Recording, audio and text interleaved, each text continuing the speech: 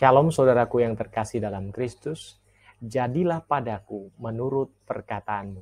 Demikianlah judul renungan kita hari ini yang terambil dari Lukas 1 ayat 26 sampai 38. Siapakah yang pernah didatangi oleh sosok asing atau orang asing yang kemudian memberitahukan suatu berita yang mengejutkan tentang peristiwa besar dan baik serta mulia, di mana di dalam peristiwa itu kita akan dilibatkan di dalamnya?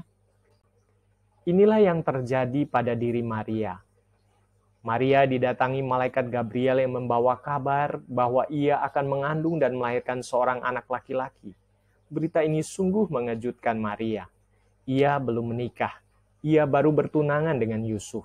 Bagaimana mungkin ia dapat mengandung dan melahirkan seorang bayi laki-laki?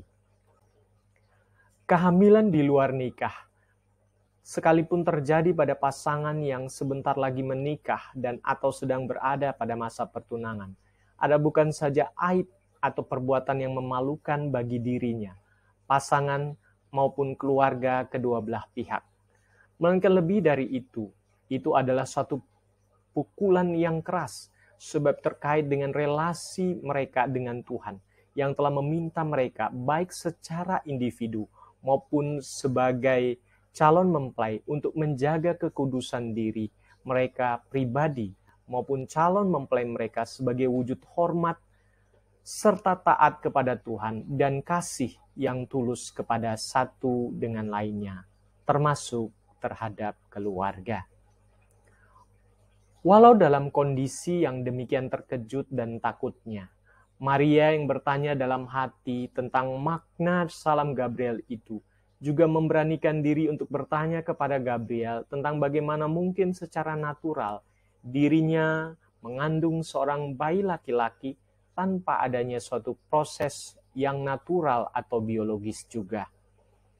Seperti kebanyakan yang terjadi pada perempuan-perempuan dewasa yang menikah dan kemudian mengandung oleh pernikahan tersebut. Gabriel mengetahui keterkejutan dan ketakutan serta pertanyaan pada diri Maria saat itu.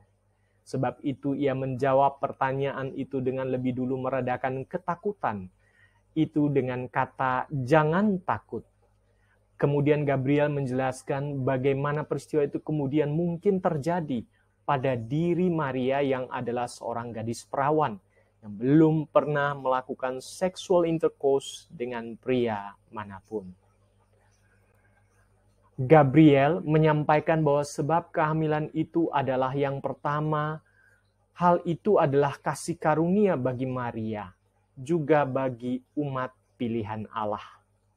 Kasih karunia dalam bahasa aslinya Yunani yaitu charis, artinya adalah suatu pemberian yang diberikan kepada seseorang sebagai wujud penghormatan sang pemberi kepada yang diberi, dan bukan didasarkan pada suatu jasa yang lebih dulu dilakukan oleh sang penerima.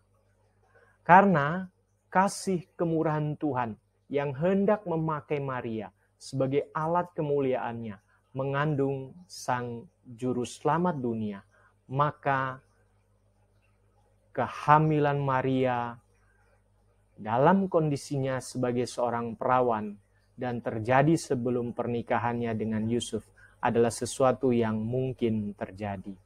Kedua, bayi yang dikandung oleh Maria ada di dalam rahimnya oleh karena kuasa Roh Kudus yang bekerja melampaui hukum natural atau biologis yang menyebabkan kehamilan seorang perempuan dewasa dapat terjadi tanpa harus memenuhi hukum natural atau hukum alami atau hukum biologis yang ada.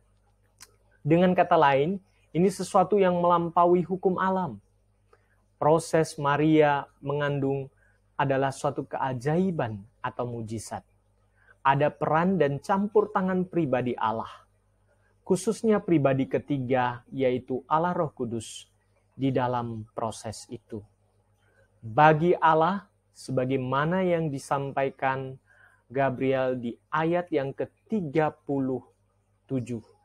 tidak ada hal yang mustahil. Hal ini kemudian diterima dengan hati yang lapang dan bersukacita, serta tunduk taat oleh Maria, sebagaimana yang dicatat pada bagian akhir dari catatan Lukas pada ayat 38. Kata Maria, "Sesungguhnya aku ini adalah hamba Tuhan, jadilah padaku menurut perkataanmu itu." Lalu malaikat itu meninggalkan dia. Bagaimana dengan kita? Jika hari ini Allah pun hendak memakaimu dalam rencana keselamatannya di dalam Kristus Yesus Tuhan kita, dengan jalan memanggilmu dan memakaimu melalui berbagai pelayanan pemberitaan Injil dalam berbagai bagian pelayanan yang ada di gereja ini. Bagaimanakah responmu? Bersediakah Anda terlibat aktif di dalamnya, serta membayar harga yang diminta Allah darimu? Karena kemurahan dan kebaikan Allah saja, Ia mau melayakkan dan melibatkan kita di dalam karya keselamatannya. Melalui pemberitaan Injil dan pelayanan yang kita lakukan, bukan karena kita layak atau memenuhi syarat-syarat tertentu yang ditetapkannya sebelumnya. Belajar dari sikap Maria, Ibu Sang Juru Selamat kita. Pandanglah bahwa pesan dan penugasan yang diberikan kepada kita hari ini melalui firman Tuhan ini adalah hal yang merupakan suatu kemuliaan, kehormatan, satu kasih karunia yang diberikan Allah, sebab Ia mau bekerja melalui kita. Karena itu, mari terlibat dalam pekerjaan keselamatan yang dilakukan Allah dengan pelayanan yang ada di tengah-tengah gereja kita. Tuhan memampukan kita. Amin. Karya terbesar dalam hidup